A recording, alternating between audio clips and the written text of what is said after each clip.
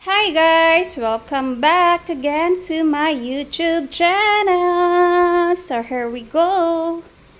Magde-demo na naman tayo ngayon ng ilaw as usual. More on demo, more on solar. So hi to our new product! Ito ang siguro sa lahat ng demo ko na ilaw. Ito ang best solar na street light kasi guys, aluminum siya. So, ayan o. Aluminum alloy housing. Ang problema lang neto, hindi pa siya, may problema agad eh. Hindi pa siya complete set. So, itong package na to, ilaw lang and remote. So, tara, ating buksan isa-isa. So, ayan o, ating bubuksan isa-isa from 100, 150, 200 and 250 watts po yan ha. So tara, samahan nyo akong buksan isa-isa. Actually mabigat ito ha, sabay mabigat siya. And then Bosca, oh ha. Sabay Bosca. Ang package niya, lahat yan parehas lang. Ay, nalaglag ang remote. So, ito, may remote. Ganyan ang kanyang remote. Tapos, ito, may bakal na siyang kasamang ganito. Stainless yan. Ayan, naka-plastic pa siya. Para hindi magkaroon ng mga scratches. Pangalawa is may ganitong kasama. So, hindi ka na mahirapan kasi may kasama siyang ganito, oh. Tapos, so many yung mga bolts niya dyan. So, yan, kasama sa package. Tapos, ang ilaw. Sabay ang ilaw. Tanggalin. Iya, kasama yung paa dyan kasi masyadong mahaba. Kasama yung paa sa demo. Kasi ang haba. Hindi natin maialis agad. So, ayan no, ganito ang itsura ng 100. Meron na siyang dalawang. Ito yung power on and off sensor. So, dito makikita mo kapag ka nag-red, pag maliwanag kasi kahit na hindi maaraw, ayan no. Kapag ka sinaga ng sikat ng araw yung kanyang panel, automatic po yan nag-charge. Ayan no. Red bulb light indicator na charging. So, meaning, okay yung kanyang charging sa solar. Tapos, kapag ka 100, ito, dalawa lang. Ayan. Ngayon, naintindihan ko na bakit ang daming bolts. Kasi ang dami pa lang pwedeng paglagyan. So, parang pag ganito yan siya. Ayan. Tapos, ang likod niyan, nandyan na yung kanyang panel. Stainless to guys ha, stainless. So, yung iba kasi naghahanap ng mga stainless lalo na kapag i-install sa malapit sa dagat. At least kasi pag ganon, hindi siya kakalawangin. So, next naman, doon naman tayo sa 150. Tabi muna natin to si 100. So, dito naman tayo kay 150. Nako, the more na mas mataas ang wattage, the more na mas mahaba. Agoy! Sabay, arugoy. So, tayo na ating bubuksan. Ang haba nito ha. Pero mas mahaba ang 250. Actually, may mga in-install kami nito. I-insert ko na lang dito sa video kung paano ang installation namin nito. Ganun din. Sabay, ganun din. Ang niya, may kasamang ganito. Yan. Tapos, yung kanya mga bolts. Tapos, syempre, hindi mawawala si remote. Ayan. Tapos, syempre, ay kanina pala hindi ko nakapakita ang kanyang free package na battery. So, here we go the light. Super haba din yan. Uy. Sabay, agoy. So, ayan no, ang 150, oh ha. tatlo ang kanyang ganito kapag ka 150.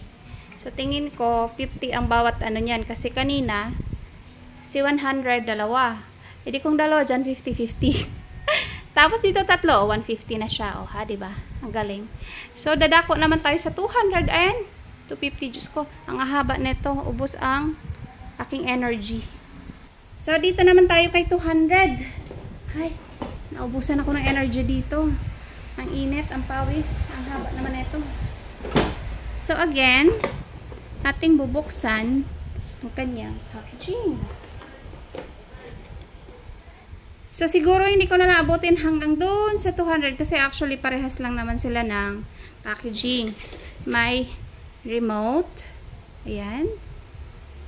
Tapos, yung kasamang bakal na ganito, ganire. Tapos, many yung kanyang mga bolts. And, of course, hindi mawawala ang battery na dalawang AAA.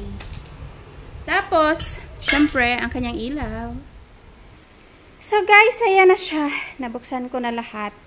So, ito no, si 100, si 200, 150, 200, and 250. So, makikita nyo sa 100, dalawa lang ang kanyang bulb. 150, 200, and si 250. So, ano pinagkaiba nila? Actually, wala naman. Sa wattage lang. Tapos, syempre, may mga tanong dyan kung gaano kahaba. Actually, more on sizes lang sila pagdating dito sa mga ilaw. And, of course, kung sino ang maliwanag. The more na mas mataas ang wattage po, the more na mas maliwanag. Ang kagandahan nga lang dito sa pinapakita nating ilaw na to is aluminum yung kanyang body material niya. So, in case na malapit kayo sa dagat, ma-install halimbawa sa mga street, of course, kasi street light siya, hindi ho siya magkakaroon or kakalawangin. Yun yung kagandahan dyan. So, syempre, may metrosan tayo dito. Susukatin natin to kung gaano nga ba kahaba ang 200. 250 pala. Papunta sa 100. So, again, may mga buyer po na nagtatanong, siguro yung iba mga first time customer na gumagamit ng solar. Ang kadalasan nilang question dito or siguro nagtataka sila kasi kapag ka umaga po, kapag ka, halimbawa bagong bukas, bagong dating sa inyo at maaraw, once na naarawan yung kanyang panel, kasi sensor po kadalasan ng solar. Bibihira po ang solar na hindi sensor. So ngayon, kapag kaitaob nyo yan, natakpan ang panel doon sa ilalim, pag pinindot ho natin ito, iilaw po talaga yan. Pero, halimbawa yan, naka-on siya, tapos itinaas mo yan ngayon, i-ano mo ngayon sa ilaw, ay sa liwanag yung kanyang panel, mawawala po yung magkukusang off po yan siya. So ngayon, kahit hindi natin i-on, kasi naka-on yan kanina, itaob mo ulit, patakpan natin ang panel, automatic po yan mag-on within seconds or yan, seconds lang.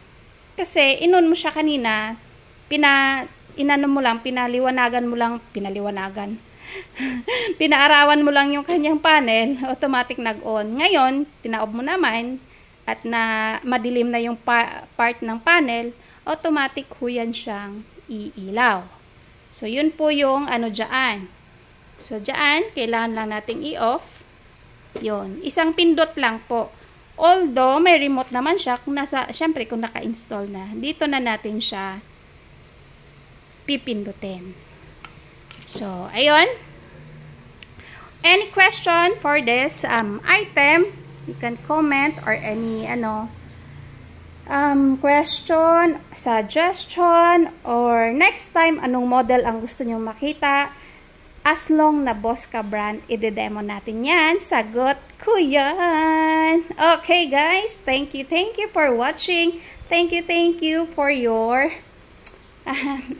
views dyan. Mga ka-solar, mga ka-Bosca dyan, Kaboska. So, ito yung ating ilaw for today's video. So, may dala tayong Metrosan kanina. So, from 100 to 250, try nating sukatin.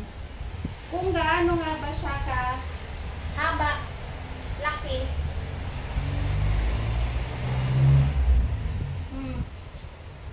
Guys, ang 100, papakita ko sa inyo ha. Come here. Ayan.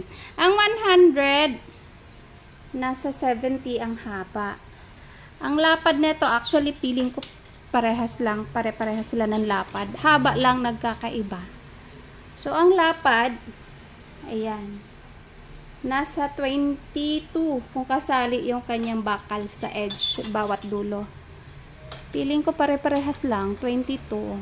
O, pare-parehas lang actually ang kanilang lapad. Pare-parehas lang po.